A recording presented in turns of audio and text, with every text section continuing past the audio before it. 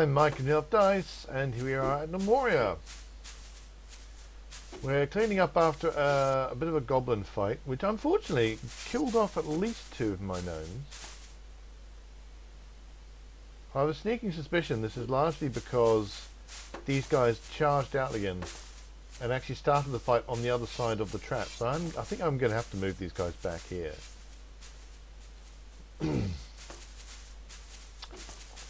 Or do something else clever.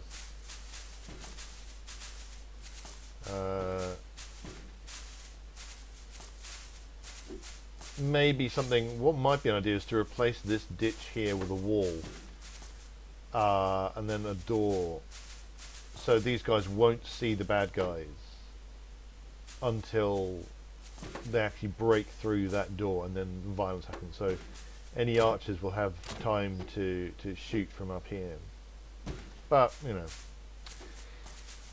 However, in other news, I have an automaton. If I can go find them. There we go.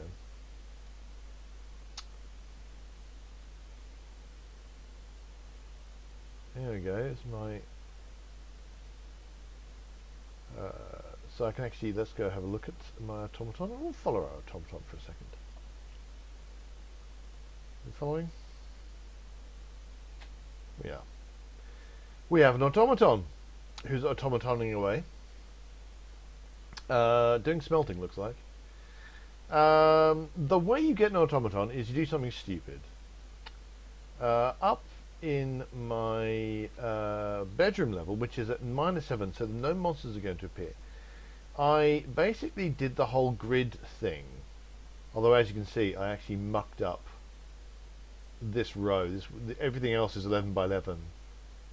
But this one was wider. I don't know why I did that. I don't know how that happened. Because this is -7 and no monsters will spawn, I didn't bother putting torches down. So this is just so I could, you know, reasonably quickly and efficiently get as many of the materials from this level as possible. But as you can see, as I said before, what I did before is I set out this grid, and then if there's stuff in one of the grids, I just dig out the whole grid. It is much easier to do than kind of follow along as they mine out things and designate the next part of the digging. But what that does end up with is you have hundreds of stone just lying around. And what that does is that creates golems. If you have large amounts of unstocked materials, golems can form. And I had about 5 or 6 of them at some points. Loads of golems going, just rampaging around. I think they only killed one of my peeps, but unfortunately there was one of my peeps who was infected with the zombie virus, so he came back as a zombie. So I didn't actually do all of this at once. I did like these and a lot of this, and then I noticed, oh look, golems. So I fought the golems, and so I've subsequently come back and taken all of this down. So I think I've pretty much got everything that is possible to get from this level, which is nice. So you know, I've got a lot of it lying here.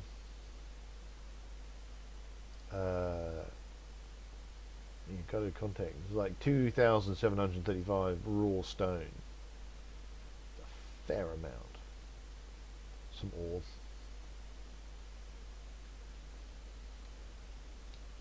So that's going to be keeping me reasonably busy. I'd have hoped down here. So I've got 212 copper ore. Good lord! I've been buying some from traders, which is why I have so much.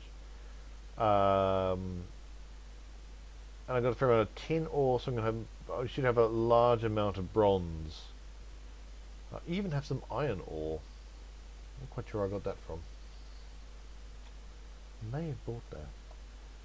I also have a fair amount of slivers, because I've got prospecting. Given that there is thousands and thousands of stone available, 2,832 serpentine. I've been doing some prospecting, which is quite a neat thing to be able to do. So I've been getting various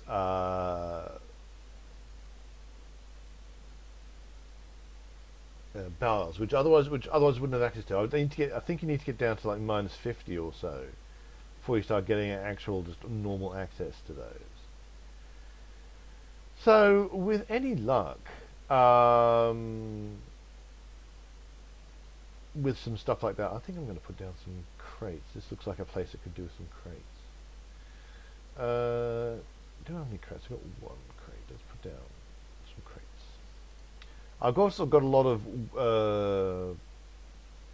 logs as well.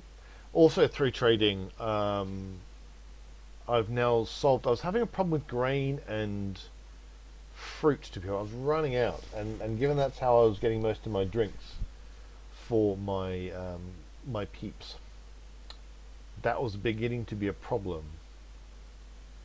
But with a bit of trading, I managed to deal with it. Now I need to sort this place out. This place is generating zombies every so often. I should really do something about that. But anyway, golems from huge amounts of stone lying around. Some of them will drop golem cores, I think they're called. I will find out by going here and asking. No, not this one. I want to ask this one. This is the actual automaton. This is where you build it. So you need armor plate. You need 12 armor plate, which is quite a lot. You need a golem core. That's what they're called. So I've got one left. I can make another one, and I can make. You need to make gears and a cylinder. I made the last one out of copper. For armor plate, how much bar do you need for armor plate? You need 2. So it's 24 just for the armor plate, and then you need all these other bits and pieces.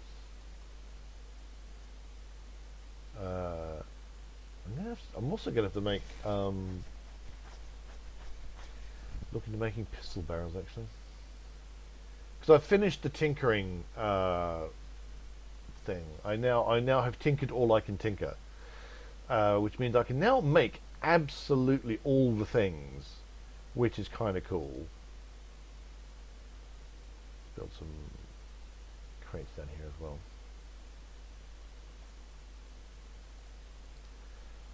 One of the things I've been thinking of is getting everybody to,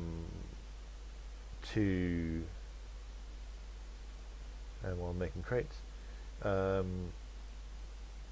basically all my civilians who I don't want getting into fights. At the moment, they've got the way of the gnome kind of thing, so they can fight. But what might be useful is to train them up, possibly using way of the gnome, to have good dodge in that, and then give them flintlocks. Because that way, because if you have a flintlock, you can dual wield flintlocks. You want to keep out, or you want to keep your distance anyway. Even if they do get into a fight, and even they do whatever they do, they're going to not want to be right up close and personal with the whatever bad guys they've come across. So that's a thing to do. But yeah, I now have my little automaton who's mostly. Oh, the plan was to make him into it is specifically gender neutral. To make the automaton into a miner. That was kind of the intention. Was it? So I'm just going to have to quickly check. I was doing some more filling in of places. They actually all seem to mostly be done, which is pretty cool. So I want to fill in all the various places that bad guys could come in. It seems. I mean, obviously, I could just put down wall torches, but this seems neater in a strange kind of way. Maybe I'm just an odd person.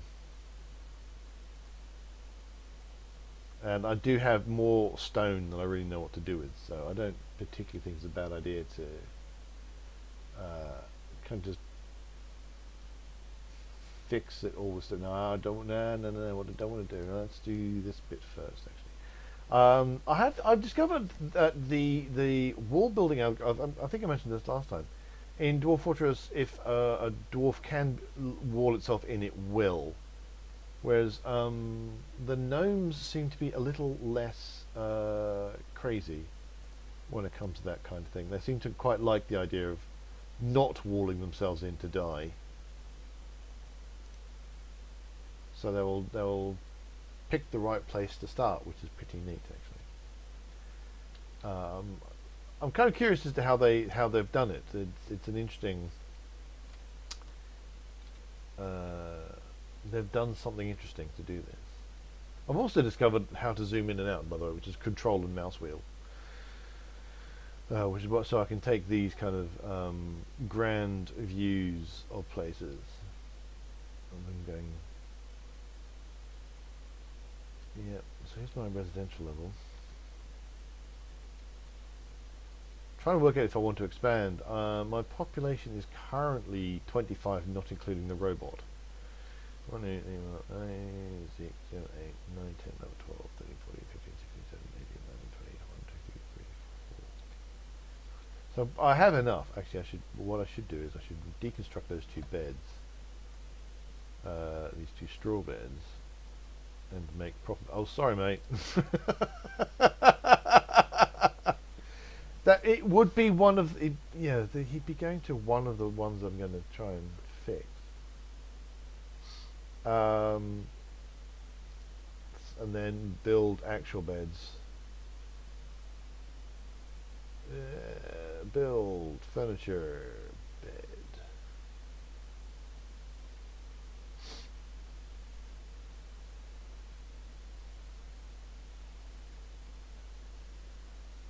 Was that also a? Is that another straw bed which I somehow didn't see?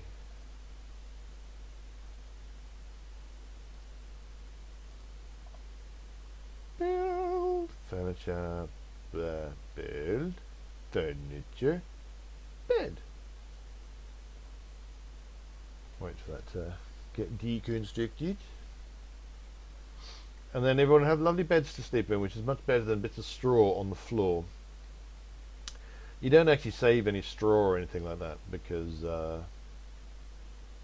instead of the two straws being chucked on the ground, it's put into the mattress, which I suppose makes sense. Oh, there we go. But apparently you can have your bed deconstructed underneath you and it won't even let you wake up. Or won't make you wake up, which is interesting. So this is my current state of play. Still get that annoying thing where every so often you just get an invasion and you lose a couple of people. There doesn't seem to be anything particularly I can do about that really fixes the problem. I don't really have enough folk that I can just. At least I don't think I do. How many idle do I have? Injured, 4 injured. Who's injured? I actually got 8. I got 8 idle people. Maybe I should start putting unidle people and getting them training. So, well, what do I think I'm going to do? I'm going to build workshop, military training. Let's build that back where it was. I can decide later if I'm going to who's going to go there. I also have room in here. I also may want to start thinking about another expansion. There's a fair amount of flat ground here. I would want to fill in those holes, and then I can, wall bits off, and that'll still be all on the same level. Obviously, I can, if I really want to see dead people. I feel bad about that. Obviously, I can still, just expand underground and have all the room I want. I should really put torches in here, given that the ambassadors will otherwise just sort of sit there in the dark, which is hilarious to me.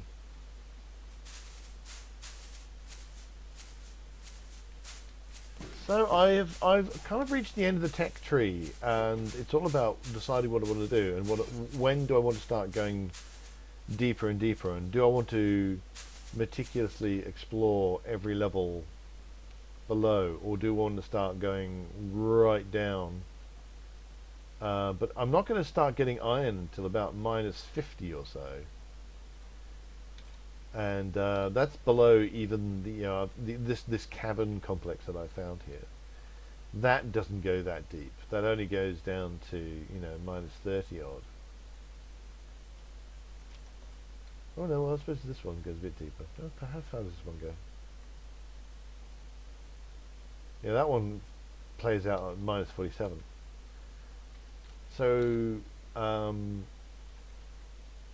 it's all a question of how much more I want to do, and whether going down and getting iron is really that exciting. Do I want to deal with the increased amount of threat that I will end up getting when I start going very deep down, and start meeting horrible things like spiders and such? But yeah, that's where we are at the minute with Gnomoria. We're tootling along. We're largely self-sufficient. Apart from that, well, I keep needing to get new gnomes because the old gnomes keep getting murdered by horrible monsters. But other than that, everything is just tickety-boo. I'm trading with the major empires. I'd like to get the one thing I would like to do is get enough kingdom worth to get me a new contact, because you don't find new kingdoms unless you get beyond a certain amount of net worth, which hasn't happened yet. I would quite like to do that. I might be able to send a tribute to the Goblin kingdoms and tell them to stop attacking me. It's really aggravating. Oh, I see. They want weapons, do they? Is that what they want? Oh, okay. Could send my robot.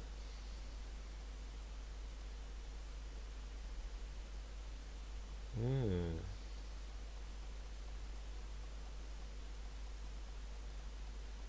Oh, well, so much for that. The offer is too low, so well, that's not going to work. That was just an interesting thing to look at. But I think sending the goblins weapons might actually be a bit counterproductive. But that's kind of what I'd like to do with Gnomoria at that point, just to see what happens next if you add that next you get that next kingdom, which might be a different one to the ones I've found, because so far I've found 2 merchant city-states, but they're also like agricultural places and stuff like that. But that is for later. That's where I've been up to in Gnomoria. So thanks so much for watching. Do hit like and subscribe if you're enjoying these videos. Come visit Nearly Enough Dice at nearlyenough.com. We're also on Facebook and on Twitter. You can find links to that in the description. And until our next time, be nice to your gnomes.